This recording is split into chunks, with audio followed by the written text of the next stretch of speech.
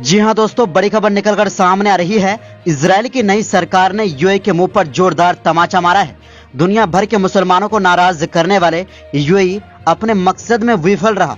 Israel की नई सरकार ने जोरदार झटका दिया है। क्या है पूरा मामला, इस वीडियो में हम आपको बताएंगे।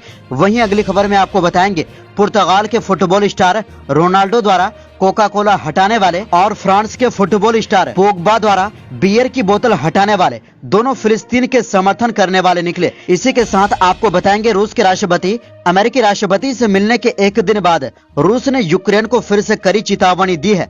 दोस्तों, सभी खबरें हम आपको आज की इसी वीडियो में कम समय में आसान भाषा में एक एक करके विस्तार से बताएंगे। तो आप मेरे साथ इस वीडियो के आखिर तक बने रहिए ताकि आप तक सभी खबरें इसी वीडियो में मिल जाए और आपकी वक्त ज्यादा बर्बाद ना हो। लेकिन उससे पहले जो साथी MW न्यूज पर पहली बार आए हैं तो चैनल को सब्सक्राइब करके साथ में लगे बेल आइकन को भी दबा दें ताकि हमारा न्यूज सबसे पहले आप तक पहुंचे।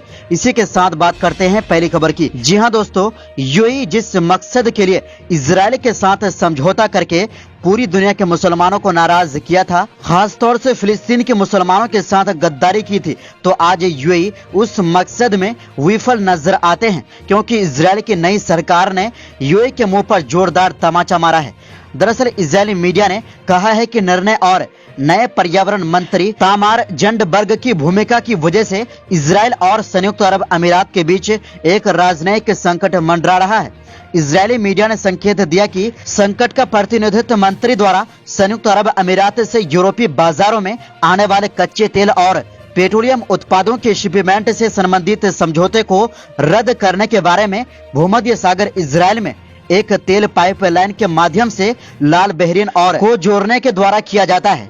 यानी यूएई इजराइल के बीच जो तेल पाइपलाइन के समझौता हुए थे, यानी इजराइल से होता हुआ यूरोप में यूएई से कच्चे तेल जाएंगे, तो इस समझौते को इजराइल की नई सरकार सुरक्षा का हवाला देकर यानी इससे इजराइल खतरे में पड़ जाएंगे इस बात को कहकर रद्द करने जा रहे हैं। यानी इजराइल की नई सरकार यूएई के साथ बहुत बुरा कर रहे हैं क्योंकि यूएई अपने फायदे के लिए बहुत बड़े लालच में पड़ गए थे और वो फिलिस्तीनियों को अनदेखा करके इजराइल के साथ समझौता कर ली।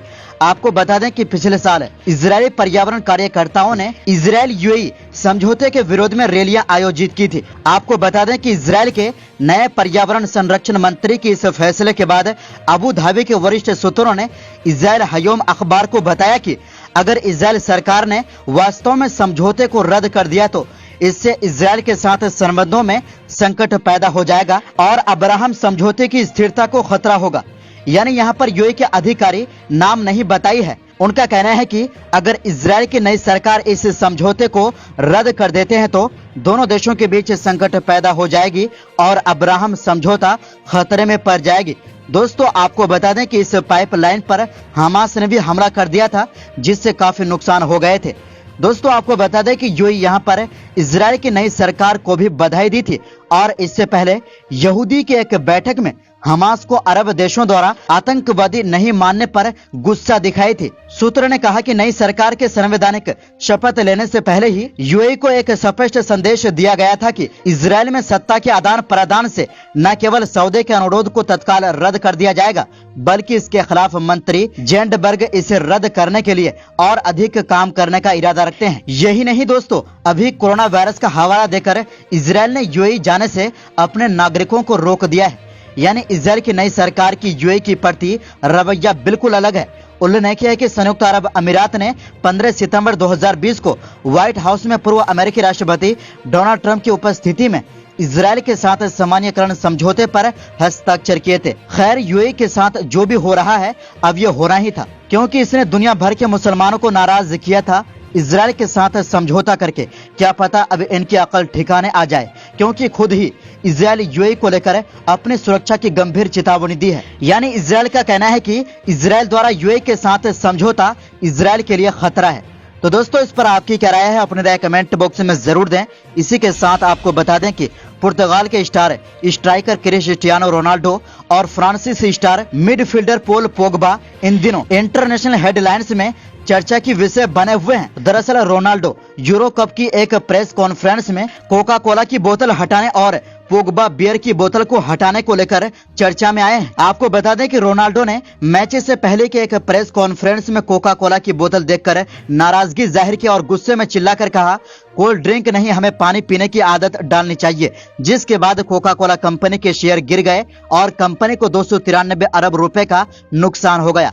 आपको बता दें कि रोनाल्डो दुनिया के सबसे मशहूर खिलाड़ी में से एक है और ये सिर्फ फुटबॉल में ही नहीं, सोशल मीडिया में भी उनके फैन फॉलोइंग बहुत ही ज्यादा है। इसीलिए सिर्फ चंद सेकंड की वीडियो से कोका कोला कंपनी को इतने बड़े नुकसान का सामना करना पड़ा। दूसरी ओर डच बियर कंपनी हेनेकेन को भी पोल पोग्बा द्वारा टेबल पर रखी हुई बियर की कैन को हटाने पर नुकसान झेलना पड़ा है।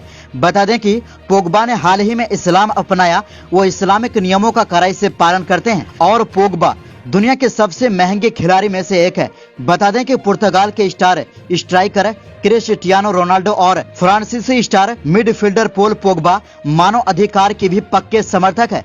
फिलिस्तीन का मुद्दा हो चाहे सीरिया का, दोनों ने खुलकर समर्थन व्यक्त किया है। हाल ही में पोग्बा एक मैच के बाद फिलिस्तीन का झंडा लहराते हुए देखा गया था। वही रोनाल्डो फिलिस्तीन शरणार्थी कैंप का दौरा कर चुके हैं। आपको बता दें कि फुटबॉलर के मशहूर और सुपरस्टार खिलाड़ियों द्वारा इस तरह का निर्णय को देखकर दुनिया भर के मुसलमान इन्हें काफी पसंद कर रहे हैं।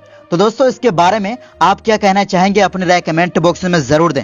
इसी के साथ आपको बता दें कि रूसी अमेरिकी शिखर सम्मेलन और राजदूतों की वापसी पर समझौते और मतभेदों के बावजूद एक व्यापक वार्ता शुरू करने के एक दिन बाद क्रेमलिन ने यूक्रेन को उत्तरी अटलांटिक संधि संगठन नाटो में शामिल करने के प्रयासों के खिलाफ चेतावनी दी। ये देखते हुए कि ये एक का गठन करता है मास्को के लिए लाल रेखा। क्रेमलिन के प्रवक्ता दिमित्री पेस्कोव ने कहा कि रूस यूक्रेन के नाटो में शामिल होने की संभावनाओं के बारे में खबरों से चिंतित था। इस मुद्दे को मास्को द्वारा खारिज की गई लाल रेखा के रूप में वर्णित किया। दोस्तों, आपको बता दें कि यूक्रेन के क्रीमिया पर मास्को के कब्जे और पूर्वी यूक्रेन के डोनबास क्षेत्र में अलगाववादियों के समर्थन के बाद से रूसी यूक्रेनी संबंध लगभग 7 वर्षों से बढ़ते तनाव का अनुभव कर रहे हैं। बुधवार को जेनेवा में रूसी राष्ट्रपति व्लादिमीर पुतिन और अमेरिकी राष्ट्रपति जो बाइडेन को एक साथ लाने वाले शिखर सम्मेलन के दौरान यूक्रेन दोनों देशों के बीच विवाद के मुख्य बिंदुओं में से एक के रूप में उभरा। पुतिन और बाइडेन ने रणनीतिक स्थिरता पर एक व्यापक द्विपक्षीय वार्ता शुरू करने की घोषणा की और दोनों राष्ट्रपतियों ने जेनेवा में अपनी बैठक के बाद रूसी राष्ट्रपति द्वारा प्रकाशित एक बयान में कहा कि इस संवाद के माध्यम से नियंत्रण के लिए भविष्य के उपायों की नींव रखना चाहते हैं। दोनों तरफ से हथियारों को लेकर धमकी देना कम करेंगे और इसमें कहा गया कि युद्ध से किसी भी तरह की फायदा नहीं है, बल्कि इसमें नुकसान है। लेकिन दोस्तों, इस बैठक से एक दिन बाद रूस ने यूक्रेन को फिर से कड़ी चेतावनी दी है नाटो में शामिल न होने के लिए। आपको बता दें कि रूस इससे पहले भी कई बार यूक्रेन को नाटो में शामिल न होने की चेतावनी देता रहा है। तो दोस्तों, इस पूरी रिपोर्ट के बारे में आपकी क्या राय है, अपनी राय कमेंट बॉक्स में जरूर दें। इस वीडियो में बस इतना ही, फिर मिलते हैं ताजा तरीन खबरों के साथ। तब तक देखते रहिए MW न्यूज।